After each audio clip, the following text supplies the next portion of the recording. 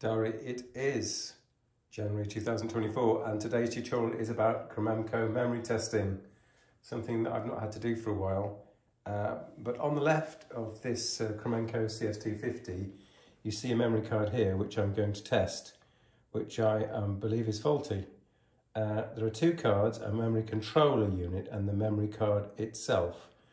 And the controller unit is able to correct via ECC, error correcting code, small memory errors, but it can't correct larger things. For example, if one of the TTL chips has somehow latched wrong or continues to not operate correctly, then all the memory will be faulty and the error correction will never work. On the right hand side here, you can barely see it, but there are three cards which are a much bigger 4 megabyte of memory, which is a huge amount for vintage computers. This computer, when it started, had 64 kilobytes of memory, and this is a 2 megabyte, 2048 kilobyte memory card. This is the one we're testing here on the left here, is 512K bytes of memory. And as you'll see, we have a memory testing program which operates on 64K blocks. Okay, let's onward to the computer.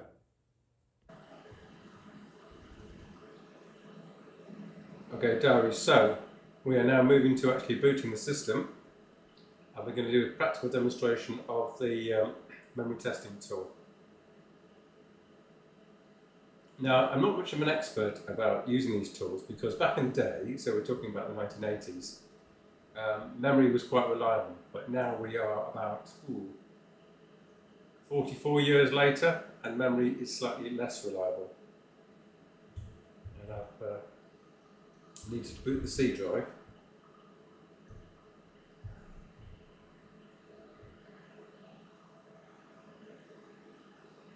So when you see the word standby, you can see it's read the boot sector. So now we're pretty confident it's going to boot.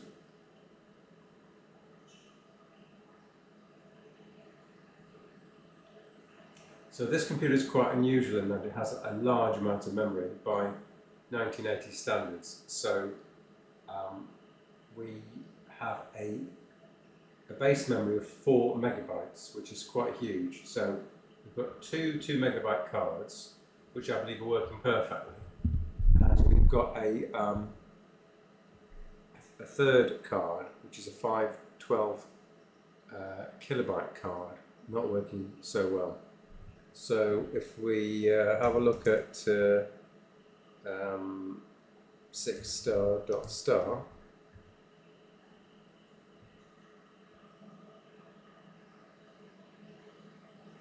we see we've actually got a 64KZ, which was a Cromemco memory card at the time, a 64S program, and this program called 68K MEM-T, so that's a 68,000 MEM-test program. So to rewind, this computer's got a dual processor card in it with a Z80 and a 68,000. So we're going to start this seemingly Z80 program. I'm going to just run it now, 68K MEM-T. And that's going to switch into 68,000 mode and back again when needed. Because obviously the Z80 that's running this program directly can only address 64K.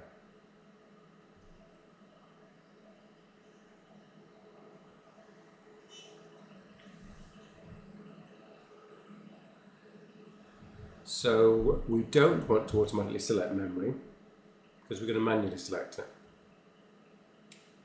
If we do have an error, we want to continue. And if we want to go into a continuous loop, yes we do. So I'm eating dinner at the time, so it's a bit unprofessional, but I've got to keep going. Right. So on the screen, what does this show me? This shows me that these blocks across from left to right are 64K blocks. And so in this case here, this will be the address between 0 and 64K. This would be the address from 64K to 128K. This is 16 wide. So it's that 16 times 64, which is 1 megabyte. So the whole of this top row here would be the first megabyte of memory. Now the memory that I think is reliable is this memory here, the first 4 megabytes. And the memory I'm pretty sure is unreliable, unfortunately, is this last 512K.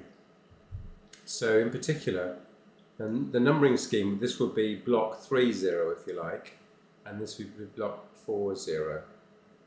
So we're going to go to the menu. Remember, we think 30 as an example is good memory and 40 is bad memory, I would say. So we're going to have a look at the options. So we've got different tests from 0 to 5.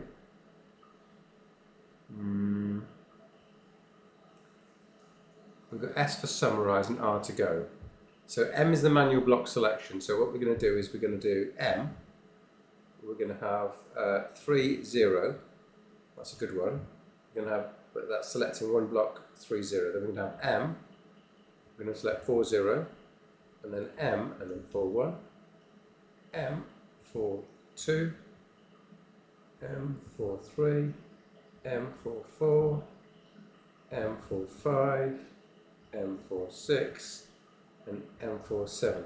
So I'm selecting all of those blocks to be run in sequence. And then I think we just need to press an R to go. So already you can see we have errors. Not good news. But the only good news is that they're all starting from 4,000. Sorry, I say 4,000. That's the 4 megabyte band here. So my precious new memory, which is the 2 megabyte cards, are not in error. And as I thought, it's only the older 512 kilobyte card that's the problem.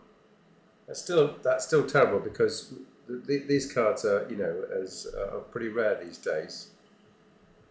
Back in the day, Cromemco had this idea that they would solder all their chips onto the board, which was extremely uncommon at the time. They did this for, quote, reliability, and of course now it means to say it's impossible to repair these cards, or it's less possible. If it was socketed, you could just take the chips out and fix the problems. Now you'd need a more specialised tool to unsolder the entire chip. So we're going through the different tests. Test number 2, test number 3, test number 4.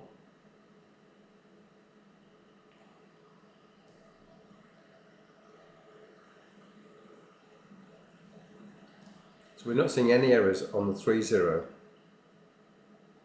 These tests take quite some time, so I didn't want to test the whole of the 4 megabytes and the 512K, because that would just take forever. I did actually try that before shooting this video, and it never got to the end of that. There's 5 tests it can do, and it never got to the end of those tests, because it's such a large amount of memory to test.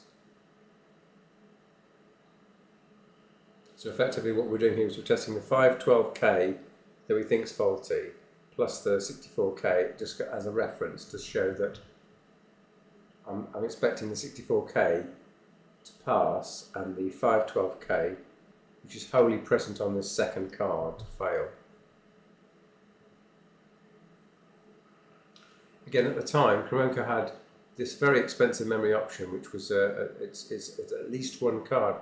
We've got one memory card and a controller card. The controller card, I think, could have up to, at the start, it could have two memory cards. So you could have 2, for example, 512K cards. And at the time, most people had 32K or 64K in their systems. To buy a 512K card was just, you know, unimaginably expensive, and it was thousands of pounds in 1980 something. Even a 64K memory card, I would buy those, and each 64K memory card was something like £200 or more. So you can imagine that's 40 years ago, how much that would be in today's money. So a 512K card, which is sort of 8 cards together, would be at least, if you bought it on regular memory, it would be 8 cards of £200 each, up to £1,600. but it would probably be something more like £2,000. And for reference, at the time, a new Ford Cortina, I seem to remember, strange comparison, but I had a Ford Cortina, was about £2,000. So it was the cost of a car, just this one memory card. That's how expensive it was.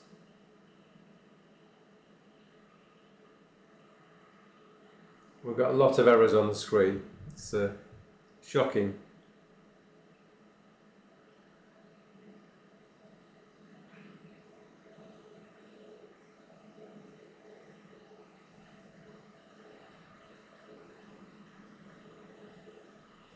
I mean, I think we get up to 4F is the last address that we could be testing. 4F? Does that make sense? No, 47. No, 47. 47 and Fs. Yeah, so that's...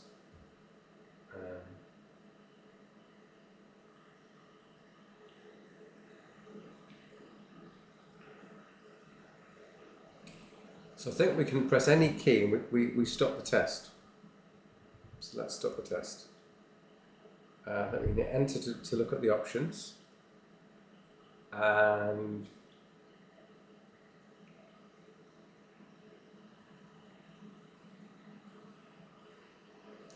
actually this has got a status which I hadn't really noticed before. No. Okay, so I think it you can do an S for summary.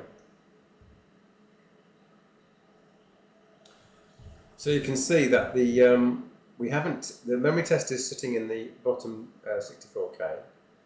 We've not selected all of this memory here,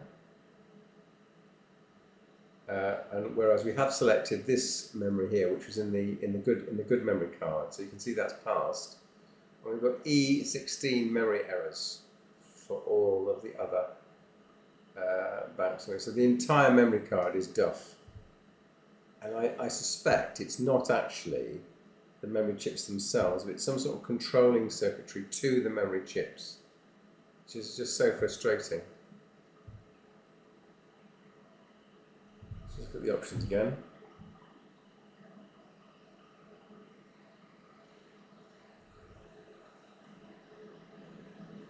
Summarize or recognize activities.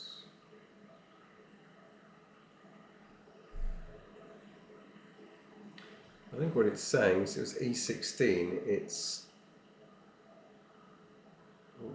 4, bit 2, bit 1, something like that. 10 plus